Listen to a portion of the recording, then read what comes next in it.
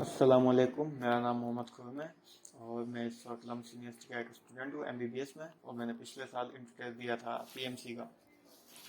तो और वहाँ पर जो है मेरा जो मेरिट बना था और डिस्ट्रिक्ट में थर्ड नंबर पे था। तो मैंने ये सोचा है कि जो मेरे जो जूनियर्स हैं मैं उन्हें ये गाइडलाइन दूँ कि इंटर टेस्ट को कैसे जो है क्लियर करना है। और मैं बताना चाहूँगा कि क्या क्या स्ट्रेटजीज जो हैं वो फॉलो करनी है। ठीक है।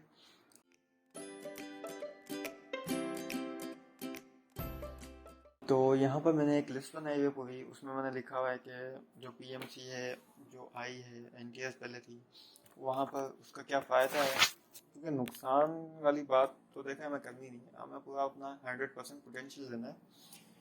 क्योंकि तभी हम क्लियर होंगे। अब पीएमसी आ गई है, एनटीएस थी नहीं थी, किसी को पीएमसी के साथ प्रॉब्लम है, वो अब हमारा वो एक्सक्यूजेज हो जाएंगे। अब हमें पीएमसी आ गई, हमें एक्सेप्ट करना पड़ेगा उसको। ठीक है। उसके बाद में बताऊंगा कि प्रिपरेशंस कैसे करनी है, टाइम मैनेजमेंट कैसे करना है, स्ट्रेस जो है वो कैसे करना है, कॉप अप करना है।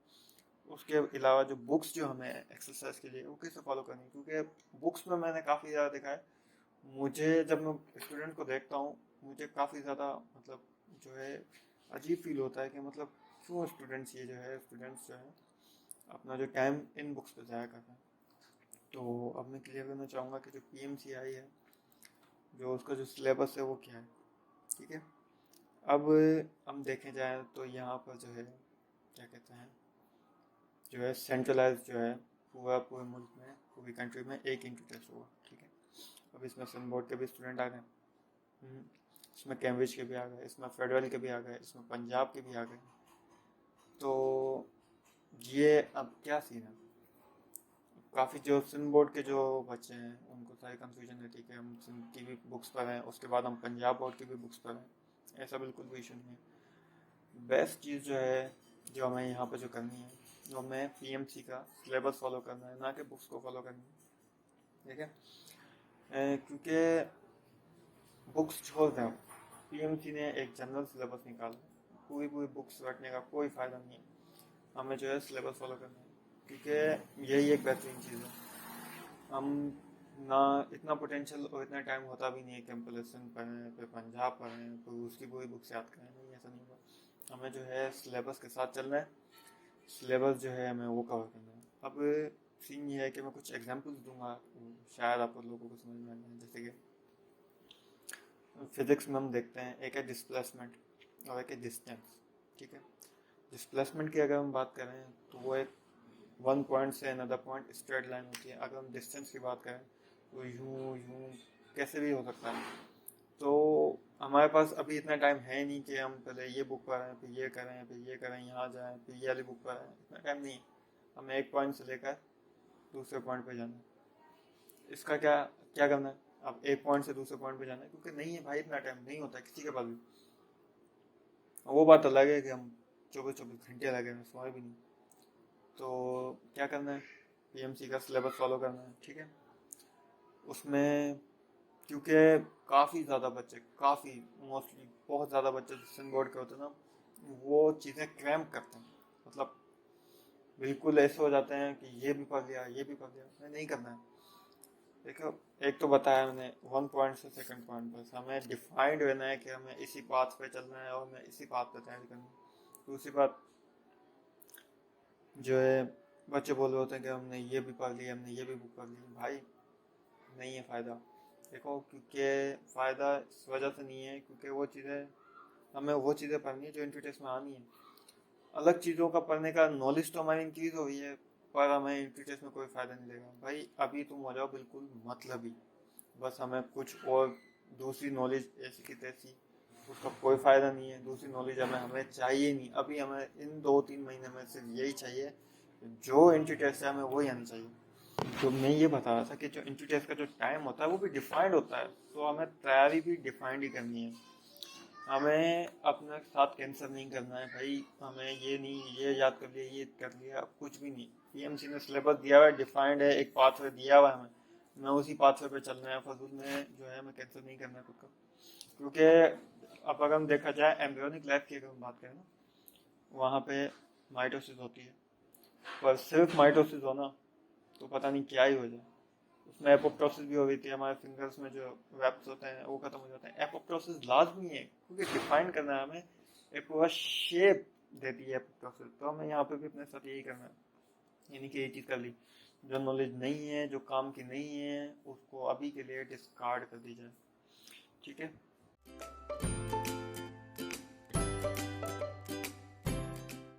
जो सेकंड वे है, हमने डिफाइन कर लिया कि हमें पीएमसी के सिलेबस पे स्टिक करना है ना, तो बुक्स को छोड़, ठीक है, अगर देखा जाए तो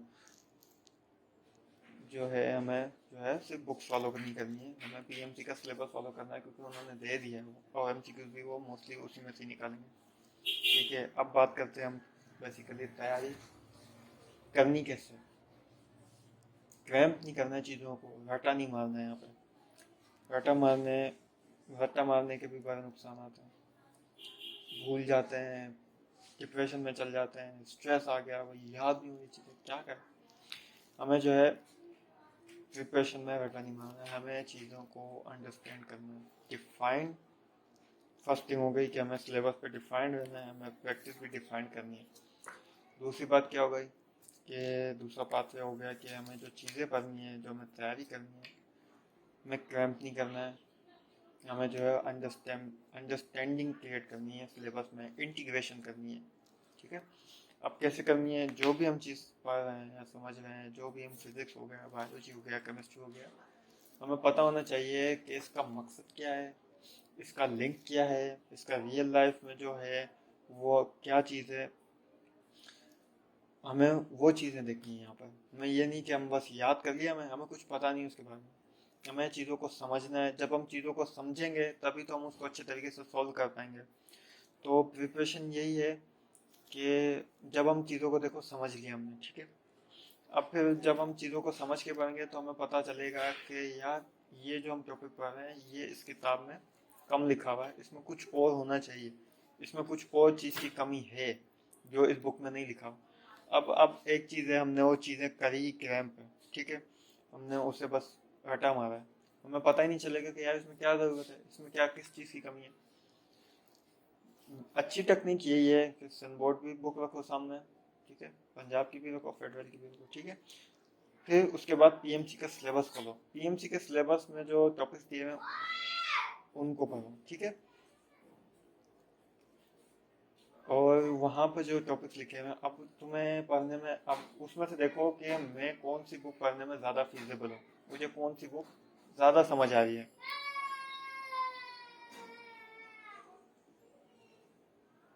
ठीक है, मुझे कौन सी बुक जो है ज़्यादा फीजेबल लगी है, कि ज़्यादा समझ आएगी, उस बुक को चूज़ करो। ठीक है, जब हम चीज़ें समझ के पढ़ेंगे, एक चीज़ है बिल्कुल, हमें बिल्कुल समझ के पढ़ें, फिर पता चलेगा कि यार ये जो बुक जो मैं पढ़ रहा हूँ इसमें जो है थोड़ी सी कमी है, और पीएमसी में इसकी गाइडलाइन थोड़ी ज़्यादा है, इसमें थोड़ी चीज़ की कमी है, ये मेरा कॉन्सेप्ट सही नहीं बना पाएगा। उस वक्त जाके आप लोग क्या करें, कोई दूसरी बुक ओपन कर लें। ये नहीं कि तुमने पूरी सिंबोर्ड पढ़ ली, ठीक है, अब पूरी पंजाब पढ़ रहे हो। अब बच्चों की क्या शिकायत होती है, हम क्या पागल हैं यार, हमारे पास इतना टाइम नहीं होता है, हम पहले सिंध पढ़ रहे फिर पंजाब पढ़। भाई तुम समझ के पढ़ते ना, अगर तुमने सिंध बोर्ड की बुक समझ के पढ़ी ना, तो पंजाब बोर्ड की बुक तुम्हारे लिए यूं होगी, यूं पढ़ने के लिए, क्योंकि तुमने एक चीज समझ के पढ़ी है, तो तुम्हें भाई वही तो टॉपिक होंगे, वही जो सेल यहाँ पर है वही सेल यहाँ पर है, जो फिजिक्स यहाँ पर है वही यहाँ पर है, जो प्रोजेक्टाइल फिजिक्स में तुम्हारे पास है वही यहाँ पर है। जब तुमने सिंध बोर्ड ही समझ के नहीं पढ़ा होगा, फिर जब तुम पंजाब खोलोगे तो तुम्हें यही लगेगा ना भाई कि जो है ये सब मुश्किल है, ऐसा नहीं हो सकता, ये तो बहुत मुश्किल हो रहा है मेरे साथ, ये हो रहा है। नहीं, तुमने सिंध बोर्ड समझ के पढ़ी तो पंजाब बोर्ड तुम्हारे लिए कुछ भी नहीं है, वो भी। तो मेन चीज़ अब यही है कि सिलेबस है उसको समझ के, जो सिलेबस में टॉपिक्स दिए हैं उसको समझ के पढ़ो। ठीक है, अब जो टॉपिक्स नहीं दिए हुए या बिल्कुल कम दिए हैं, अब जैसे हम किंगडम्स की बात करें, किंगडम्स जो पीएमसी के सिलेबस में है वो बहुत कम दिया होगा। ठीक है, अब ये नहीं है कि अब बुक में 5 चैप्टर्स हैं और सिलेबस में डिफाइन कर रहा है कि भाई तुम्हें बस ये और ये टॉपिक्स याद करना है। भाई 5 चैप्टर नहीं याद करो, उस पर टाइम नहीं ज़ाया करो। ये जो टाइम तुम 5 चैप्टर्स में लगाओगे ना, ये टाइम तुम अपना अंडरस्टैंडिंग पे लगाओ दूसरे चैप्टर्स में, दूसरे चैप्टर्स को रिफाइन करो भाई, उसको छोड़ दो तुम। ठीक है, ये हो गया हमारे पास। तो मैंने बताया जैसे कि जो वहाँ पर जो हम टाइम वेस्ट कर रहे हैं, तो हम जो है बेसिकली उन चैप्टर्स पर टाइम स्पेंड करें जो हमारे काम आएंगे, जिनका पीएमसी में सिलेबस ज़्यादा है। ठीक है, प्रिपरेशंस की मैंने बता दिया है कि जो हमें तैयारी करनी कैसे। ठीक है, अब जो है देख लिया हमने, जो मेन जो टारगेट था हमारा वो था समझ के काम करने का। ठीक, उसके बाद ठीक है, अब मैं बताऊंगा कि जो काफ़ी जो स्टूडेंट्स को होता है टाइम मैनेजमेंट का इशू होता है। बेसिकली टाइम मैनेजमेंट का इशू मुझे नहीं लगता कि कोई एक इशू है, अगर देखा जाए कंसिडरेटली, इसको लॉजिकली अगर सोचा जाए। कैसे? अब टाइम मैनेजमेंट सारे बच्चों को नहीं होता। देखो, एमसीक्यूज में या कोई बनाने वाले में इशू हो, और वो सबको इशू हो रहा हो, तो हम माना जाएंगे कि टाइम मैनेजमेंट है। ठीक है, अगर जो 75% जो स्टूडेंट्स हैं वो जो है उन्होंने एमसीक्यू जो वो टाइम पर कर पा रहे हैं, 25% या जो है 35% जो स्टूडेंट्स हैं वो नहीं कर पा रहे टाइम पे, तो इशू एमसीक्यूज में नहीं है, इशू जो है वो उनकी तैयारी में।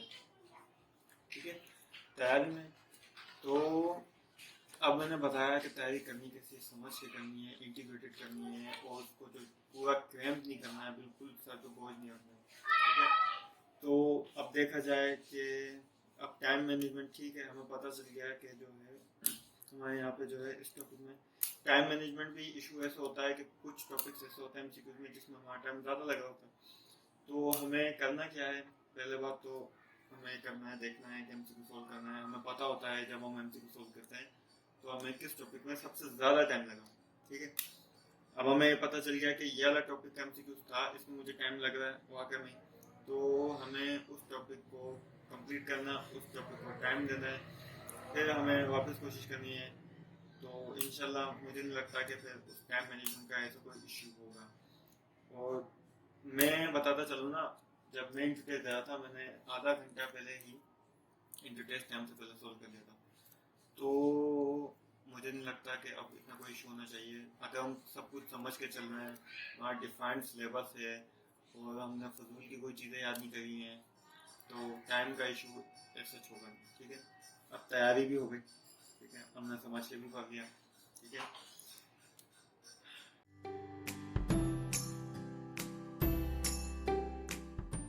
स्ट्रेस होता है। अब मैंने आपको शुरू में बताया था कि ना क्रैम्प करने के नुकसान क्या होते हैं। क्रैम्प करने का एक नुकसान तो ये हो गया टाइम मैनेजमेंट। हमने क्रैम्प नहीं करी, हमने समझ के पढ़ा, इंटीग्रेटेड करा, तो यहाँ पे हमारा क्या बचा, हमारा टाइम बचा, क्योंकि टाइम मैनेजमेंट भी हमारे सही हो गई। क्रैम्पिंग का दूसरा नुकसान क्या है, स्ट्रेस मैनेजमेंट। स्ट्रेस होता क्यों है, क्यों होता है, मतलब बेसिकली जो इसकी जो वजह है, हमने इंट्रोड्यूस को इतना मुश्किल बना लिया है, इतना सर पे हावी कर लिया है कि वो हमें ऐसी फील आ रही होती है कि हमें कुछ नहीं याद हो रहा है। अब स्ट्रेस, हमने जब चीज़ें ही क्रम कर ली हैं, हमने डिफाइन नहीं रखा खुद को, हमने ये भी पढ़ लिया, हमने वो भी पढ़ लिया, हमने यहाँ से ये किताबें पढ़ ली, तो हमारे जहन पे क्या हो जाएगा, एक ऐसा मतलब हमने पूरा एक अपने जहन पे बोझ बना लिया है, बर्डन हो गया ये। तो स्ट्रेस यहाँ से होता है। अब इतनी सारी चीज़ें याद करेंगी तो डेफिनेटली हम चीज़ें भूलेंगे, और क्रैम्पिंग वाली चीज़ें ज़्यादा देर तक याद रहती नहीं। तो क्या इशू होगा, वहाँ पे फिर स्ट्रेस आएगा, मुझे याद नहीं हो रहा है, मैं ये याद करता हूँ मैं भूल जाता हूँ, मैंने ये अभी अभी पढ़ा है, मुझे क्यों ही नहीं याद है भाई, क्योंकि तुम अपनी कैपेबिलिटीज ज़्यादा याद कर लो। इंट्रोटेस्ट तुम्हारी इतनी कैपेबिलिटीज मांग ही नहीं रहा है, जो इंट्रोटेस्ट को चाहिए ही नहीं, तुम वो भी चीज़ें पढ़ो। तो जब हम ये जो हमने जो पढ़ाई के बोझ को एक चरबा बनाया हो अपने सर पे, हमने इतनी सारी चीज़ें याद कर ली हैं, अगर हम ऐसे करेंगे ना तो यही तो स्ट्रेस का बाइस बनेगी। ठीक है, स्ट्रेस का मेन रीज़न यही है कि हमने अपने आप को ही, खुद को इतना कंफ्यूज कर लिया होता है, इतना उलझा लिया होता है उस चीज़ में, तो हम खुद कंफ्यूज हो जाता है कि अब हम करें क्या, जब हमें कोई चीज़ ही नहीं है, हमें कुछ समझ ही नहीं आता, तभी तो स्ट्रेस होता है। अब यही वापस चीज़ आ जाएगी कि हमने जब सब चीज़ें बिल्कुल एक प्री प्लान होंगी तो हमें स्ट्रेस भी नहीं होगा, ये चीज़ है। अब स्ट्रेस ये तो हो गया एंट्री टेस्ट के फर्स्ट वाला, जो एंट्री टेस्ट है, जो पहले वाला जो स्ट्रेस है। एंट्री टेस्ट के दौरान भी स्ट्रेस होता है, वो भी एक इशू है, उसको भी मैं बताता चलूँगा कि उसमें कैसे करना। बेसिकली जो है चीज़ वो ये है कि जब हम इंटरव्यू टेस्ट में जो है एमसीक्यू सोल्व कर रहे होंगे तो काफ़ी सारे लोगों के साथ, जो मेरा जो पर्सनल एक्सपीरियंस है उसमें ये चीज़ होती है कि जब एमसीक्यूज को जब मार्क कर होते हैं, सर्कल बना रहे होते हैं। हाँ, अपने साथ भी यही नहीं हुआ था सीन ना। जब एमसीक्यू जब हम बना रहे थे तो मतलब हमने जो एकदम से टिक लगाया उसके बाद ही एकदम से जो है हमें एकदम से जहन में आ गया था ना, मेरा कजन बैठा भाई, तो हम दोनों के साथ एग्जैक्टली यही प्रॉब्लम हुआ था कि जो है हमने नम्स का भी डिटेल दिया था और जो हमने पीएमसी का भी दिया था, तो हम दोनों के साथ यही सीन हुआ था एक्चुअली ना, कि हमने जो है सर्किल किया, ठीक है, सर्किल करने के एट एन इंस्टेंट हमें ये चीज पता चल गई कि गलत हो गई। अब क्या करें भाई, सही भी नहीं कर सकता, ये पेंसिल यूज नहीं होती यहाँ पर, तो अब क्या करें, मिटा भी नहीं सकते ना, वैसे ना कुछ नहीं, गलत हो गया। और क्या चीज़ है, और एक मार्क जो है, एक एक मार्क क्या एक एक पॉइंट पर जो है सीट ऊपर नीचे हो गई। चलो एक तो हो गया गलत यार, चलो कोई बात नहीं, आगे चलते हैं। 50-60 एमसीक्यू किए, फिर एक और गलत हो गया और हो गए, मतलब दो या एक तो मैं लिख के दे रहा हूँ गारंटी के साथ कि आंखों के सामने ही गलत हो जाएगा और मैं उसी को पता चल जाएगा कि ये मैंने क्या कर दिया यार, इतना इजी भी मैं गलत कर सकता हूँ क्या। अब यहाँ पे जो है, यहाँ पे सारा खेल है ना, यहाँ पे हमें बिल्कुल आराम से, बिल्कुल कूल माइंडेड होके यहाँ पे हमें सोचना है, क्योंकि स्ट्रेस लेने का उस वक्त कोई फायदा नहीं है, वो हमारी लाइफ डिफाइन कर होता है, अप एंड डाउन लाइफ को डिफाइन कर होता है ना, क्योंकि या तो हमें जाना है या तो नहीं जाना है, बिल्कुल है। तो वहाँ पर हमें स्ट्रेस नहीं लेना है, स्ट्रेस लेने का फायदा भी नहीं, क्यों, क्योंकि सही तो होने वाला नहीं। ठीक है, अगर हमने स्ट्रेस लिया क्या होगा, आगे भी हम गलती करेंगे, स्ट्रेस हो गया ना, भूल जाओ कि अब तुम्हारा एडमिशन भी होगा। स्ट्रेस हमने लिया उस वक्त, हमने गलत किया, और स्ट्रेस हमने लिया उस वक्त और देखा कि भाई ये मेरे साथ गलत हो गया, और बंदा टेंशन में आ जाए कि यार ये क्या हो गया, हमने गलत कर दिया, ये खत्म है। वहाँ से फिर नहीं, हमें वहाँ पे बिल्कुल एक कूल माइंडेड रहना है, गलत हो गया कोई बात नहीं, अल्लाह मालिक के खैर है, आगे करो, क्योंकि उस वक्त हमने स्ट्रेस लिया तो क्या होगा, हम आगे भी गलत करेंगे, जो हमें आते भी है ना भाई वो भी नहीं गलत हो, वो भी गलत हो जाएंगे। तो ये सीन है। यहाँ पर मैं 3 इडियट्स वाला फार्मूला यूज करना, बस ऑल इज वेल करो, कि जो भी गलती हो गई तुमसे, क्योंकि हम उसको सही नहीं कर सकते, तो हमें सिर्फ ध्यान में ये रखना है कि कोई बात नहीं है, कोई बात नहीं है, सबसे होती है, क्योंकि ये एक नेचुरल गलती है, तुम अनोखे नहीं हो, कोई भी इतना कोई सुपरमैन या कोई आयरन मैन नहीं है जो बस जावेद लगा दे और सारे सही हो। गलती होगी और ये नेचुरल गलती है और ये सबसे होती है, तो इसका कोई इशू नहीं है, ठीक है। तो यहाँ पे हमें स्ट्रेस नहीं लेना है।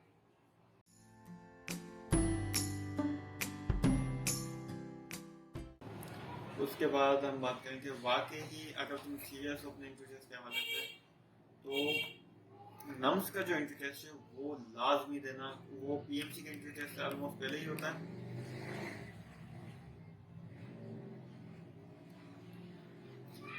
नम्स का इंटरेस्ट जो है वो लाजमी देना है ना, क्योंकि वो पीएमसी के इंटरेस्ट से पहले ही होता है, ठीक है। और जब मैंने पिछले साल दिया था तो बिलीव मी 5 से 6 एमसीक्यू जो थे वो रिपीट हुए थे पीएमसी में, ठीक है। और दूसरी बात ये है कि नम्स का इंटीरियर देंगे तो हमें जो है ये जो चीज़ें मैंने बताई है, हमें पूरा एक एक्सपीरियंस हो जाएगा कि मेरी यहाँ पे गलती हुई थी, अच्छा वाकई में से ये भी गलती हुई थी, हमें कैसे क्या क्या करना है, क्योंकि क्योंकि हर कोई रिपीटर तो होता नहीं ना, मोस्ट ऑफ द फ्रेश ही होंगे, तो एक बिल्कुल न्यू, बिल्कुल ब्रांड न्यू एक्सपीरियंस आ जाएगा इंटीरियर्स का, तो होता कैसे है। और जब तुम एक बार जो नम्स के इंटीरियर्स का प्रेशर को कोप अप कर लिया होगा तो पीएमसी का भी आई थिंक इतना कोई इशू नहीं होगा। और जो मैंने बात बताई है कि आपको जो है हमने यहाँ पे मार्क कर दिया और उसी इंस्टेंट पता चल गया, तो ये प्रेशर भी वहाँ पर जब फील होगा तो मुझे नहीं लगता कि फिर पीएमसी के जो टेस्ट में है इतना इशू होगा। तो मैं तो 100% ये रिकमेंड करूँगा कि नम्स का टेस्ट दो।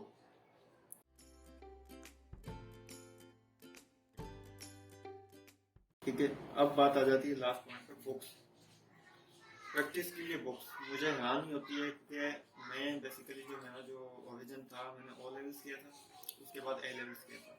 अब मुझे हैरानी इस बात से होती है कि मैं खुद सोचता हूँ कि ये स्टूडेंट्स को है, मैं इस बात पे हैरान होता हूँ कि स्टूडेंट्स को ये बुक रिकमेंड कौन करता है, जो most of the time red spot की है 1000 एमसीक्यू, जो ए लेवल्स के जो एमसीक्यू हैं रेड स्पॉट वाली जो बुक्स हैं, मैं वो किसी काम की नहीं है, क्योंकि मैं सॉल्व करके बैठा हूँ और जो हमें जो कैम्ब्रिज टाइम अलॉट करता था वो 2.5 मिनट्स होता था, ठीक है।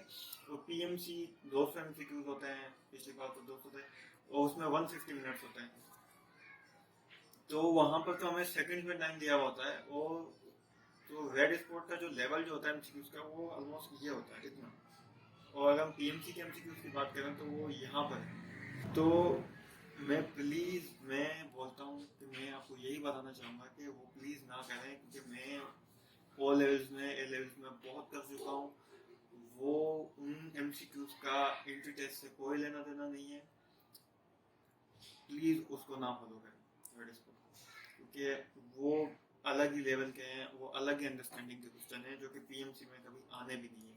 पीएमसी में ज़्यादातर ये आएंगे जो डेफिनेशन हो गए और कुछ कॉन्सेप्चुअल आएंगे और ऐसे आएंगे एमसीक्यू। बाकी वो जो रेड स्पॉट का जो लेवल है उसका आई कैन डिफाइन के उससे कोई इशू है, ये मेरे पास ये बुक्स है, ये है किसी काम की नहीं है, ये देखो एमसीक्यू 1000, ये मैंने पूरी सॉल्व की है जब मैं ए लेवल्स के पेपर दे रहा था, इससे मोटी मोटी भी सॉल्व की है, पता नहीं कितनी की, किसी काम की नहीं है। मैं बता रहा हूँ ना, इसका लेवल अलग है। और दूसरी बात, हमें कैलकुलेटर अलाउड होता था साइंटिफिक, और यहाँ पर साइंटिफिक कैलकुलेटर अलाउड नहीं होता है, तो छोड़ दें बुक, किसी काम की नहीं है। जो बेस्ट बुक जो है ये डाउबर्ट्स की है पीएमसी के लिए, इसमें एनटीएस के भी पास पेपर है, और ये इसके एनटीएस के पास पेपर मैंने सोल्व किए थे। तो बेसिकली यही है कि रेड स्पॉट वाली जितनी भी बुक्स हैं उन्हें छोड़, उन्हें नहीं करा। मेरा दूसरा कदम ये है, उन्हें नहीं सॉल्व किए और हम उसका कोई काम भी नहीं है, आप प्लीज़ ना सॉल्व करेंगे, ठीक है। बुक्स का मैंने एक्सप्लेन कर दिया है आपको, तो उम्मीद है कि जो मैंने वीडियो बनाई है वो हेल्पफुल रही होगी आप लोगों को। क्वेरीज हैं तो आप कमेंट्स में बता सकते हैं, और मेरे पास बहुत बेहतरीन नोट्स भी हैं जो पीएमसी के सिलेबस के मुताबिक ही हैं, वो उनकी लिंक्स जो है मैं डिस्क्रिप्शन में डाल दूंगा, आप वहाँ से डाउनलोड कर सकते हैं। तो बहुत ही प्रिसाइज और बहुत ही अच्छे नोट्स हैं, अगर आप उन्हें भी समझ के कर रहे हैं ना, मैं कह रहा हूँ कि 160 मार्क्स का ही नहीं गए। ठीक है, फिर अल्लाह हाफिज़।